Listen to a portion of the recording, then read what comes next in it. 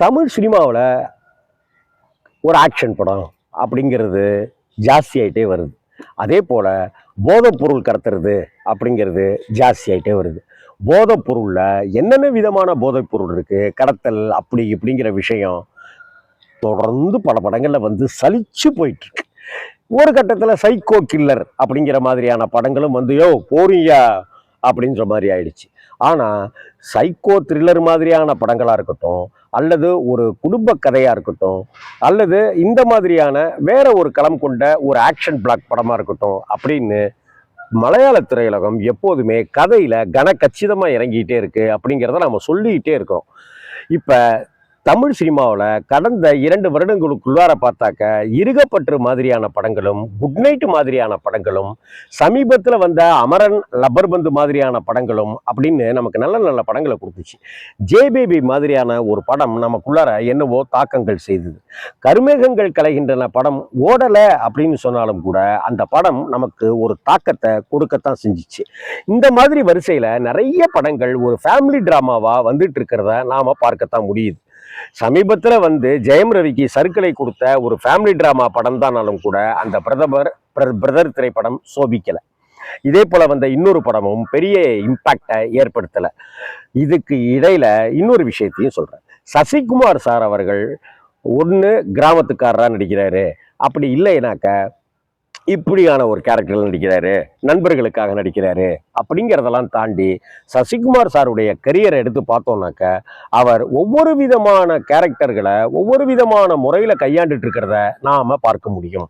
சுப்பிரமணியபுரம் படம் அது ஒரு ஜேனர் அப்படின்னாக்க அவர் தயாரித்த பசங்க வேற ஒரு ஜேனராக இருந்துச்சு.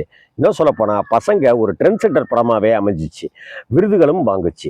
அதே போல் ஈசன் படத்தில் அவர் நடிக்காமலே இயக்கினார், அந்த படம் வேறு ஒரு விஷயமா தான் பார்க்கப்பட்டுச்சு. இதை தாண்டி அவர் நடித்த நாடோடிகள் திரைப்படம் ஒரு விதமாகவும், சுந்தரபாண்டியன் திரைப்படம் ஒரு கிராம அழகியலோடு அந்த காதல் நட்பு சார்ந்த ஒரு விஷயமாகவும் சொல்லப்பட்டுச்சு. அசுர வம்சம் படம் மகளுக்கு ஏற்படுகிற கொடுமையை சொல்லுகிற விதத்தில் அந்த படம் வேற ஒரு களமாக இருந்துச்சு. இப்படி தொடர்ந்து சசிகுமார் சார் அவர்கள் ஒவ்வொரு விதமாக பண்ணிட்டு இருக்கிற சரணத்தில் நிறைய படங்கள் ஓடலை. அஜித் சார் சொல்லுவார், இந்த சினிஃபீல்டில் நிறைய தோல்வி படங்களை கொடுத்தவன் நானாக தான் இருப்பேன் அப்படின்னு சொல்லிட்டு. ஆனாலும் மக்கள் மனசில் அஜித்குமாருக்கு ஒரு தனி இடம் உண்டு. அதே போல் வரிசையாக தோல்வி படம் கொடுத்தாலும் சசிகுமார் அவர்களுக்கு மக்கள் மனசில் ஒரு தனி இடம் உண்டு. எந்த ஒரு படம் இருந்தாலும் அஜித் சாருக்கு ஒரு பிக் ஓப்பனிங் இருக்கிற மாதிரி சசிகுமார் அவர்களுக்கு ஒரு பிக் ஓப்பனிங் உண்டு. இந்த வரிசையில் அவர் கடந்த 2 வருடங்களுக்குள்ளார பார்த்த படங்கள் பண்ணினதுன்னு பார்த்தாக்க அயோத்தி திரைப்படம் வேற ஒரு சசிகுமார் அவர்களை நம்ம கண்ணுக்கு முன்னாடி நிறுத்துச்சு. அந்த கேரக்டரை சசிகுமாராக பார்க்காம அந்த கேரக்டரை நம்ம போய் பொருந்திக்கிட்டு பார்த்து மனிதநேயத்தோடு இருக்கணுங்கிறத ரொம்ப அழகாக உணர்த்தி இருந்தார் சசிகுமார் சார் அவர்களும் டைரக்டர் மந்திரமூர்த்தி அவர்களும். இதே போல அதை அடுத்து வந்த கருடன் திரைப்படத்தில் வந்த அவர் ஏற்றுக்கொண்ட கதாபாத்திரம் சூரிதான் ஹீரோனாலும் கூட சசிகுமார் சார் ரொம்ப அழகா அந்த கேரக்டரை கனக்கச்சிதமா பண்ணியிருப்பாரு. அதையும் நாம பார்த்தோம். இடையில வந்த நிறைய படங்கள் நல்ல நல்ல படங்கள் அப்படின்னு எல்லாம் வந்துகிட்டு இருக்கிற இந்த சூழ்நிலையில ஹார்ட்ரிக் வெற்றி அடிக்கிற விதமாக இரா சரவணனுடைய டைரக்ஷன்ல வந்த நந்தன் திரைப்படம் வேறு ஒரு விஷயத்த, கத்தி எடுக்கல, அறிவால் எடுக்கல, ஆயுதங்கள் ஏந்தல, ரத்தம் சிந்தல, வெட்டலை குத்தலைங்கிற மாதிரி வந்த மிக முக்கியமான படமா, மிக முக்கியமான விஷயத்தை சொல்கிற படமா நந்தன் கவனம் ஈர்த்துச்சு. இன்னும் அந்த நந்தனுக்கு உரிய கௌரவமும் அடையாளமும் கிடைக்கலையோ அப்படிங்கிற வருத்தமும் கோபமும் எனக்குள்ளார இருக்கு. இந்த கட்டத்துல இப்ப தமிழ் சினிமா நல்ல பாதையை நோக்கி போயிட்டு இருக்குது அப்படின்னு நான் நம்புறேன். ஏன்னா ஒரு லப்பர் பந்து 4 கோடி ரூபாய் பட்ஜெட்ல படத்தை எடுத்து 50 கோடி ரூபாய்க்கு மேல வசூல் சாதனை பண்ணியிருக்கு. இன்னைக்கு லக்கி பாஸ்கர் மாதிரியான படம் மிகப்பெரிய வசூல் சாதனை பண்ணியிருக்கு. கலகலன்னு போற ஒரு படங்கள் ஒரு ஃபேமிலி டிராமாங்கிறது குறைந்துட்டு வர இந்த தருணத்துல சசிகுமார் அவர்களும் சிம்ரன் அவர்களும் ஜோடி போட்டு வருகிற டூரிஸ்ட் ஃபேமிலி அப்படிங்கிற அந்த திரைப்படம் வந்து டீசரே கவனம் ஈர்க்கிற வகையில இருந்துச்சு. இன்னும் சொல்ல போனா இதுவரை மதுரை பாஷையை மட்டுமே பேசிக்கொண்டிருந்த சசிகுமார் முதல் முறையா இந்த படத்துல வேற ஒரு ஸ்லாங், சிலோன் தமிழர்கள் இலங்கை தமிழர்களுக்கான ஸ்லாங் பேசுற விதமும் அந்த படத்துல அந்த டீசர்ல எடுத்த உடனேயே சசிகுமார் சார் சத்தம் இல்லாம நம்ம ஊரை விட்டு போயிடணும் அப்படின்னு இருக்கிற விஷயமும், டைம் ஆயிடுச்சு அப்படின்னு சொல்லி கடியாரத்தை பார்க்க அந்த கடியாரத்தை தூக்கி உள்ள வச்சுட்டாங்க, அங்க ஊருக்கு போய் டைம் பார்க்கணுமே அப்படின்னு சிம்ரன் சொல்றதும், இது ஓனரோட கடியாரம் அப்படின்னு சொல்லிட்டு வீட்டை விட்டுட்டு போறோம், நம்ம கடியாரத்தையும் விட்டுட்டு போகணும் அப்படின்னு சொல்றதும், இதுக்கப்புறம் எல்லாமே இருக்கும்போது யாருக்குமே தெரியாம இருக்கணும், எல்லாத்தையும் எடுத்து வைங்க அப்படி இப்படிலாம் சொல்லிட்டு இருக்கும்போது, நான் என் லவ்வரை விட்டுட்டு வர முடியாது அப்படின்னு அந்த பையன் மூத்த பையன் சொல்லும்போது, லவ் பண்றாண்டி பையன் அப்படின்னு அவர் வேதனைப்பட்டு அதுக்கு கவுண்டிங்ல காமெடியா சிம்ரன் சொல்றதுங்கிறது சிரிப்பை அடக்கவே முடியாத விஷயங்களா பார்த்தோம். அது சின்ன பையன் என்னடானாக்கா, நான் ரொம்ப நாளா காணும்னு தேடிட்டு இருந்த இந்த ஷூ கிடைச்சிருச்சுப்பா அப்படின்னு சொல்லுவான், வச்சுக்கோ அப்படின்னு சொல்லுவாரு. அந்த பையன் ஷூவை போட்டுட்டு இருப்பான். அதுக்கப்புறம் யாரோ கதவை தட்டுவாங்க, சத்தம் இல்லாமல் கதவை இது பண்ணி பாரு அப்படின்னு சொல்லும்போது அவன் நடப்பான். அந்த ரொம்ப காலமாக காணா போன ஷூ வந்து சரக்குன்னு ஷூ அந்த சத்தம் கேட்கும் இல்லையா சின்ன குழந்தைங்களுடைய ஷூக்கு, அந்த மாதிரி சத்தம் கேட்குற வகையில் அந்த பையன் போவான். வேற வழி இல்லாமல் கதவை திறக்க, நீ ஊரை விட்டு போறேன்னு சொன்னியா, அதான் கடைசியாக உன்னை ஒரு தடவை பார்த்துருப்பாங்க அப்படின்னா நிறையா பசங்க கூட்டமாக வந்து நிற்க, இந்த விஷயமே யாருக்குமே தெரியாமல் ஊரை காலி பண்ணிட்டு போகலான்னு நினைக்கிற அந்த குடும்பம் படுகிற அவஸ்தைகள் காமெடியாகவே சொல்லப்பட்டிருக்கு. கடல் தாண்டி போகிறோம், இப்படி போகிற வழியில் ஏதாவது ஒன்று ஆயிடுச்சுனாக்கா அப்படின்னு சசிகுமார் சொல்லி நிப்பாட்ட, நான் இன்னொரு கல்யாணம்லாம் என்னால் பண்ணிக்க இயலாது அப்படின்னு சொல்ல சிரிச்சு அடங்கிறதுக்குள்ளார சிரிச்சுக்கிட்டே இருக்கும், டீசர் முடிஞ்சிருது. ஸோ ரொம்ப காலத்துக்கு அப்புறம் சிரித்த முகத்தோடு இருக்கிற சசிகுமார் சசிகுமார் சிம்ரன் அப்படிங்கிற இந்த ஜோடியே ஒரு புதுமையான விஷயமா பார்க்கப்பட்டது. இந்த காமெடியான ஒரு ஜேனருங்கிறதும் சசிகுமார் சாருக்கே ஒரு புது எனர்ஜி தரக்கூடிய விஷயமாகவும், சசிகுமார் ரசிகர்களுக்கு புது எனர்ஜி தர விஷயமா தான் இருக்கு. இன்னைக்கு அந்த டீசரே ட்ரெண்டிங்ல போய் பட்டையை கிளப்பிட்டு இருக்கு அப்படின்னாக்க, இந்த படம் வந்து இன்னும் என்னென்ன வகையில நமக்குள்ளார ஒரு கலகலப்பை ஏற்படுத்துமோ தெரியல. இந்த டீமுக்கு நம்மளுடைய வாழ்த்துக்களை இப்பவே தெரிவிச்சுக்குவோம். கலக்கலா படம் எடுக்க எங்களுடைய வாழ்த்துக்கள்.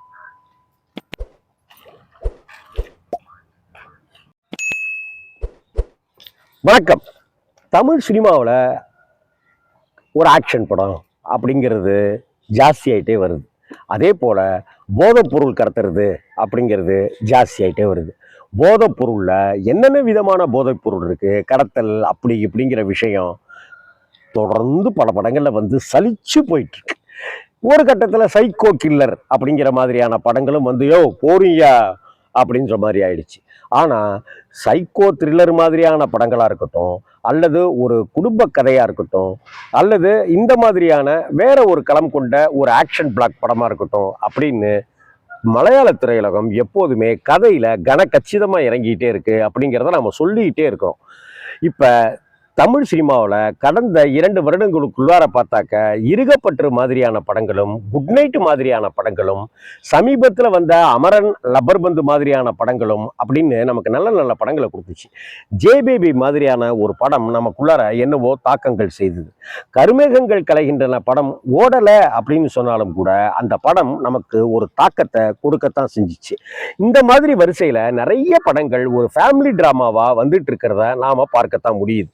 சமீபத்தில் வந்து ஜெயம் ரவிக்கு சறுக்கலை கொடுத்த ஒரு ஃபேமிலி டிராமா படம் தானாலும் கூட அந்த பிரதர் திரைப்படம் சோபிக்கலை. இதே போல வந்த இன்னொரு படமும் பெரிய இம்பாக்டை ஏற்படுத்தலை. இதுக்கு இடையில இன்னொரு விஷயத்தையும் சொல்றேன். சசிகுமார் சார் அவர்கள் ஒன்று கிராமத்துக்காரராக நடிக்கிறாரு, அப்படி இல்லைனாக்க இப்படியான ஒரு கேரக்டரில் நடிக்கிறாரு, நண்பர்களுக்காக நடிக்கிறாரு அப்படிங்கிறதெல்லாம் தாண்டி சசிகுமார் சாருடைய கரியரை எடுத்து பார்த்தோம்னாக்க அவர் ஒவ்வொரு விதமான கேரக்டர்களை ஒவ்வொரு விதமான முறையில் கையாண்டுட்டு இருக்கிறத நாம் பார்க்க முடியும். சுப்பிரமணியபுரம் படம் அது ஒரு ஜேனர் அப்படின்னாக்க அவர் தயாரித்த பசங்க வேற ஒரு ஜேனராக இருந்துச்சு. இன்னும் சொல்லப்போனால் பசங்க ஒரு ட்ரெண்ட் செட்டர் படமாகவே அமைஞ்சிச்சு, விருதுகளும் வாங்குச்சு. அதே போல் ஈசன் படத்தில் அவர் நடிக்காமலே இயக்கினார், அந்த படம் வேறு ஒரு விஷயமாக தான் பார்க்கப்பட்டுச்சு. இதை தாண்டி அவர் நடித்த நாடோடிகள் திரைப்படம் ஒரு விதமாகவும், சுந்தரபாண்டியன் திரைப்படம் ஒரு கிராம அழகியலோடு அந்த காதல் நட்பு சார்ந்த ஒரு விஷயமாகவும் சொல்லப்பட்டுச்சு. அசுர வம்சம் படம் மகளுக்கு ஏற்படுகிற கொடுமையை சொல்லுகிற விதத்தில் அந்த படம் வேற ஒரு களமாக இருந்துச்சு. இப்படி தொடர்ந்து அவர் சசிகுமார் சார் அவர்கள் ஒவ்வொரு விதமாக பண்ணிட்டு இருக்கிற சரணத்தில் நிறைய படங்கள் ஓடலை. அஜித் சார் சொல்லுவார், இந்த சினிஃபீல்டில் நிறைய தோல்வி படங்களை கொடுத்தவன் நானாக தான் இருப்பேன் அப்படின்னு சொல்லிட்டு. ஆனாலும் மக்கள் மனசுல அஜித்குமாருக்கு ஒரு தனி இடம் உண்டு. அதே போல வரிசையாக தோல்வி படம் கொடுத்தாலும் சசிகுமார் அவர்களுக்கு மக்கள் மனசுல ஒரு தனி இடம் உண்டு. எந்த ஒரு படம் இருந்தாலும் அஜித் சாருக்கு ஒரு பிக் ஓப்பனிங் இருக்கிற மாதிரி சசிகுமார் அவர்களுக்கு ஒரு பிக் ஓப்பனிங் உண்டு. இந்த வரிசையில் அவர் கடந்த 2 வருடங்களுக்குள்ளார பார்த்த படங்கள் பண்ணினதுன்னு பார்த்தாக்க அயோத்தி திரைப்படம் வேற ஒரு சசிகுமார் அவர்களை நம்ம கண்ணுக்கு முன்னாடி நிறுத்துச்சு. அந்த கேரக்டரை சசிகுமாராக பார்க்காம அந்த கேரக்டரை நம்ம போய் பொருந்திக்கிட்டு பார்த்து மனிதநேயத்தோடு இருக்கணுங்கிறத ரொம்ப அழகாக உணர்த்தி இருந்தார் சசிகுமார் சார் அவர்களும் டைரக்டர் மந்திரமூர்த்தி அவர்களும். இதே போல அதை அடுத்து வந்த கருடன் திரைப்படத்துல வந்த அவர் ஏற்றுக்கொண்ட கதாபாத்திரம் சூரிதான் ஹீரோனாலும் கூட சசிகுமார் சார் ரொம்ப அழகா அந்த கேரக்டரை கனக்கச்சிதமா பண்ணியிருப்பாரு. அதையும் நாம பார்த்தோம்.